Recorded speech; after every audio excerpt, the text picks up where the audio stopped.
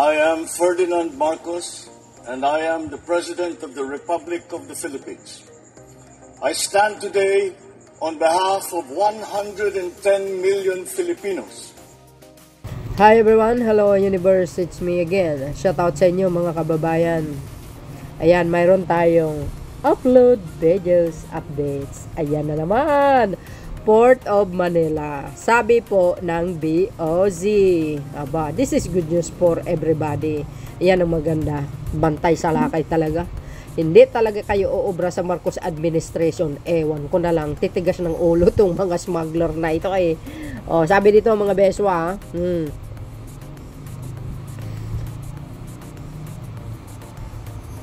Sabi po ng BOC, October 22, 2025, BOC News Today.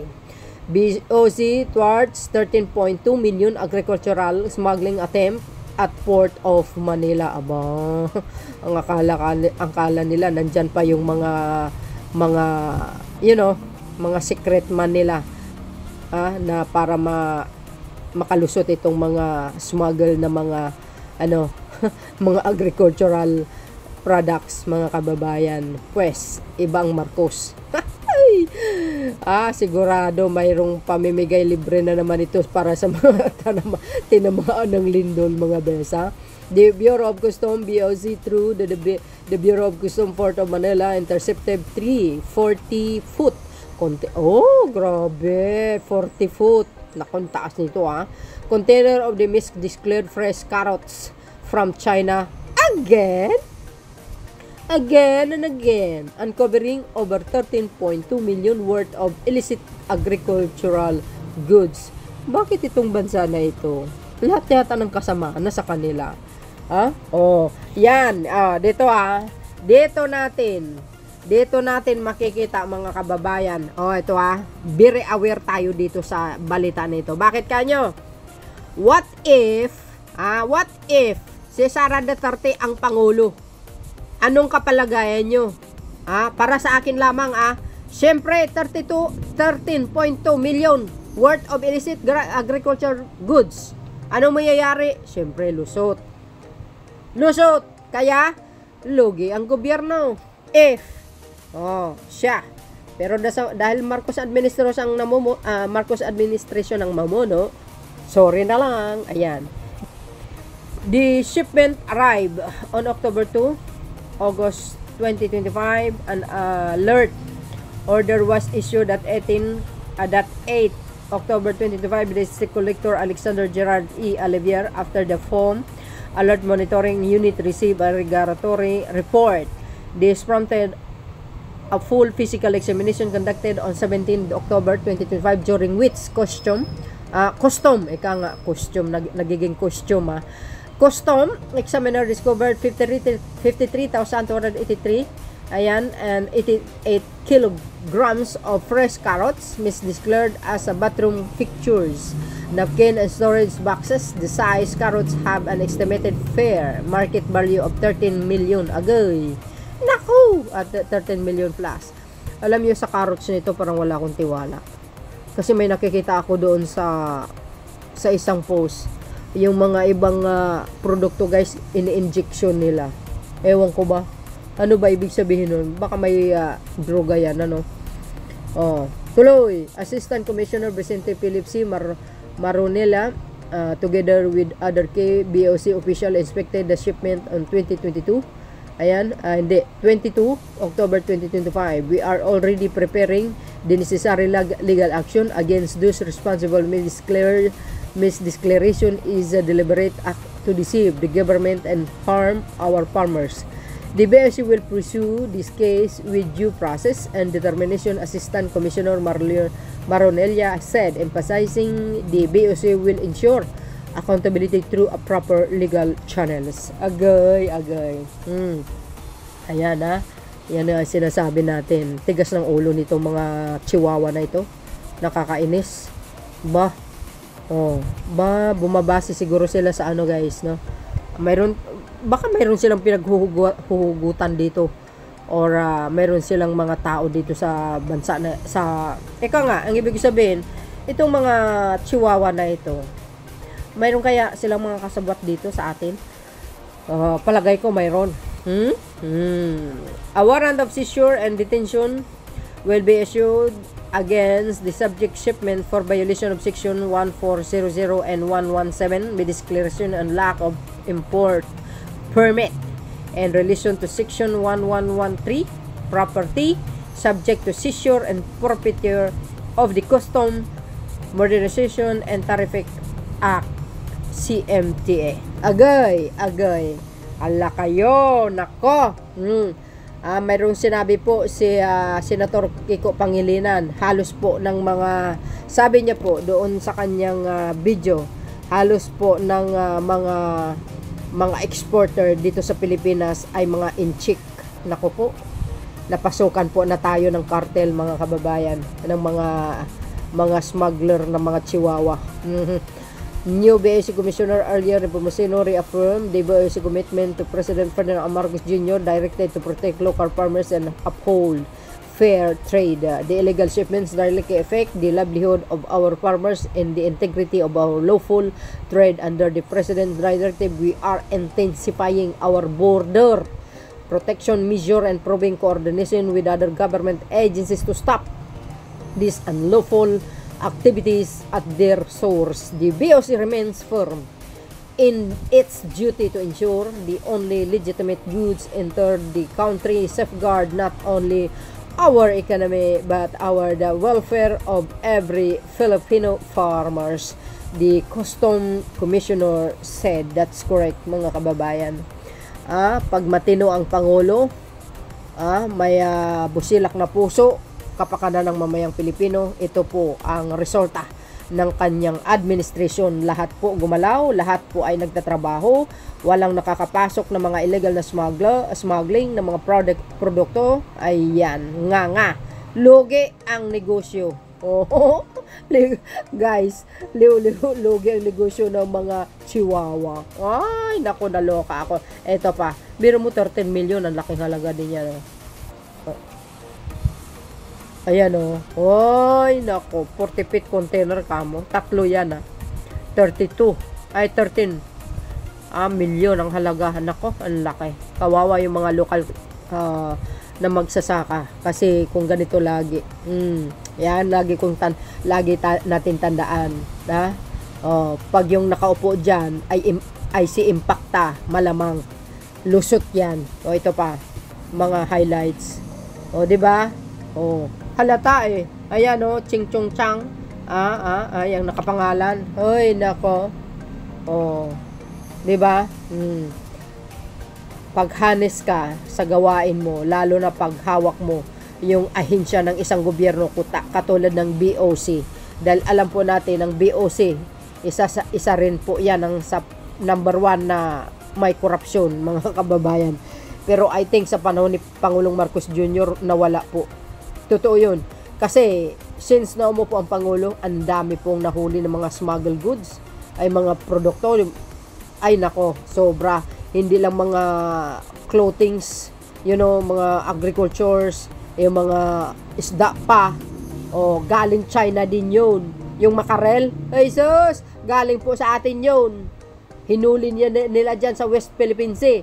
Tapos yung ginawa nila, ini-export nila sa atin. Di kayo naloka. Totoo yun. Ito pa.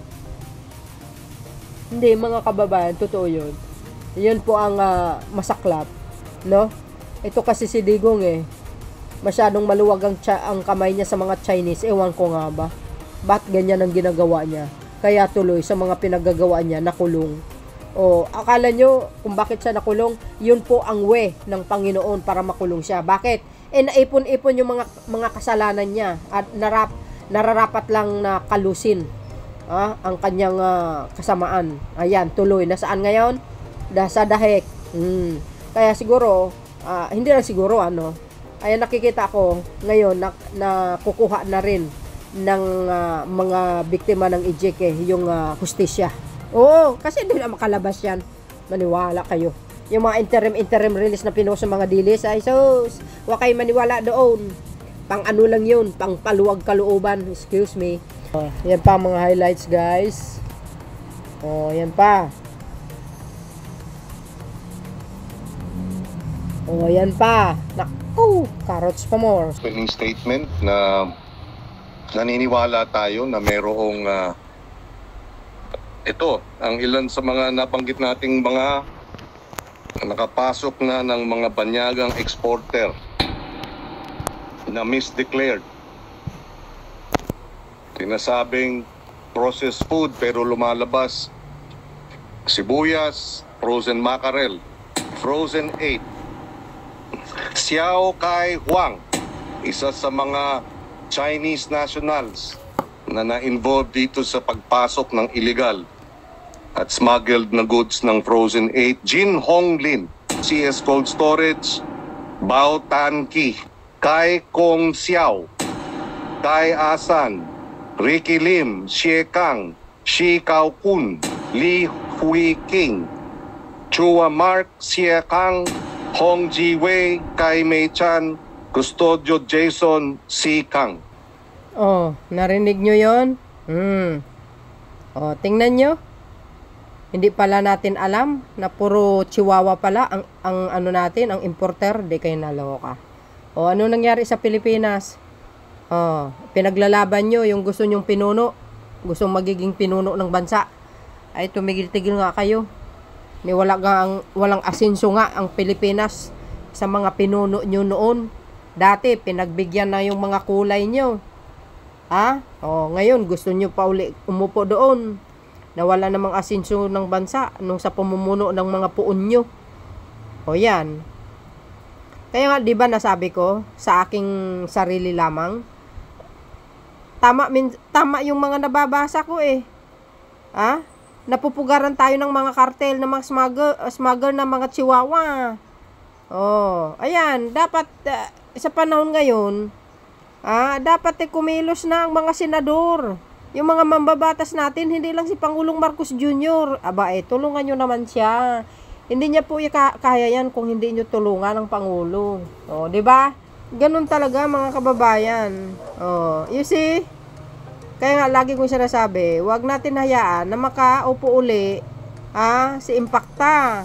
Dahil kung makaupo si Impacta sa palasyo, sigurado, baka mga exporter natin, o kaya mga importer natin, puro Chihuahua na. O, paano tayo ngayon? Nga. O, kasi, nalulunod ng pera yung mga ibang mambabatas. O, money talks under the table. Kaya pumapayag sila. Ikaw ba naman, tambakan ka ng milyon-milyon sa lamesa mo, natural. Igagrab mo yun.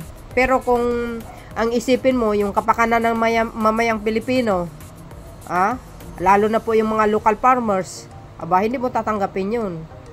Kailangan may panindigan ka na matanggal itong mga Chihuahua na ito dito sa bansa. Dapat mapalaya sila.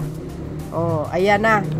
Oh, kung hindi pa si PBB mag-expose dito sa mga to, nako po, wala. Yung mga nakawan dito sa bansa na ito, ewan ko. Dekada na ito, sa panahon pa ng mga puon nyo, walang nangyayari sa bansa, walang asenso, bagsak ang ekonomiya. Oh, tapos ngayon isisisi nyo kay PBBM. Oh, excuse me. Alalahanin nyo naman, lahat ng dumi ng past admin, tinambak nyo kay Pangulong Marcos Jr. Mahirap linisin yun, oy. O kaya nga bibigyan ng another term para linisin niya ng husto. Maiksi yung 6 na taon. Ngayon, inumpisahan niya na talaga. Hindi lang inumpisahan. Inumpisahan na talaga na kumbaga, umpisa na. Oh. Hindi lang umpisa. Talagang inumpisahan na. Para malinisan. Bago siya mag-step down sa 2028. Oh, I hope, no? Sa ating mga ibang mga senador, mga mga mambabata sa Congress, kailangan tulungan ng Pangulo para masawata itong mga salot sa lipunan na ito. Paano kasi yan si Poncio Pilato masyado kasi maluwag ang kamay niya sa mga Chihuahua, kaya napasukan tayo ng kartel dito. Mula umupo si Pangulong Marcos Jr., grabe yung mga nahuhuli, mga kababayan. 'Di ba sabi ko, yung mga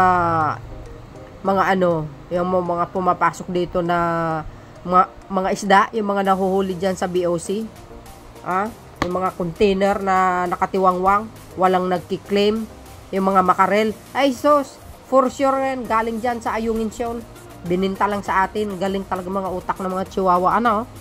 Oh, sariling atin, bininta sa atin mismo. Di kumita pa sila. Kanya lang, ang problema, hindi sila nakalusot. Oh, yan po yung na-discover ni Senator Pangilinan nung nagkaroon ng hearing dyan sa yung budget hearing ng DA. Ayan, no? Nakakalungkot, mga bes. Biro mo. Puro Chinese pala ang mga exporter, tsaka importer pala, di kayo naloka. Kawawang Pilipinas. Kaya learn and lesson tayo. Wag nyo paupuin si Impacta dahil pag nakaupo yan, lahat yan, pasok. Saan tayo pulutin pag hindi tayo kumilos? Sambayan ng Pilipino dapat magkaisa o sugpuin itong mga salot na pumapasok sa bansa. Naghahasik ng lagim, hindi kayo naloka. Kaya yun, mga bes, ano po ang komento nyo? Puro Chinese ang importer pala, exporter. Ay, nako po. Kaya pala, ayan, tulad yung sibuyas, galing China. Ay, siyempre, export yan. Export yan. Ng mga chihuahua. In-export. Nandito sila tumira, in-export nila sa bansa nila. Tapos dito, ibibenta sa atin. Kanya lang, hindi nakalusot. Yun ang problema. Kumpiskado ng Bureau of Custom. Marami pa yan. Hindi talaga sila nakakalusot. Kaya nga, maraming mga Chinese, mga kababayan, na nagpipretend na sila po ay Pilipino. Pero nahuhuli din sila. Marami as in. Kaya, sanang mga mga kababayan, sa mga nasa ahensya ng gobyerno na dapat tukuyin ang mga ito para hindi na makapaghasik ng lagim dito sa bansa natin. Nako. Kaya delikado tayo, mga kababayan. Ano po ang komento nyo dito? Napasukan tayo ng kartel ng mga chihuahua. Nako. Thank you for watching. See you again on my next upload. Bye bye bye and baboos. God bless Philippines. There's more.